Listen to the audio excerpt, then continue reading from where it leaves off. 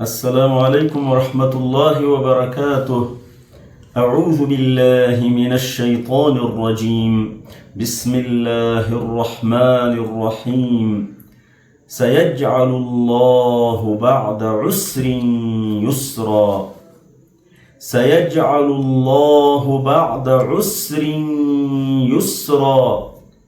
سيجعل الله بعد عسر يسرا. ګرانه او عزتمنده په یاد ولره چې ستونزې او کړاوونه دایمي نه وي. مشکلات او تکلیفونه همیشه نه وي. الله جل وعلا شانه د هرې سختۍ نه وروسته اساني راولي.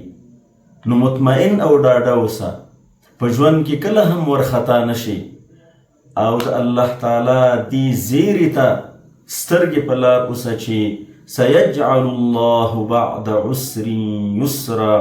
ډیر ژر ده چې الله تعالی به د تکلیف نه وروسته اسانۍ راولي، د سختیو نه وروسته به هوساینه او اساني راولي. سيجعل الله بعد عسر يسرا.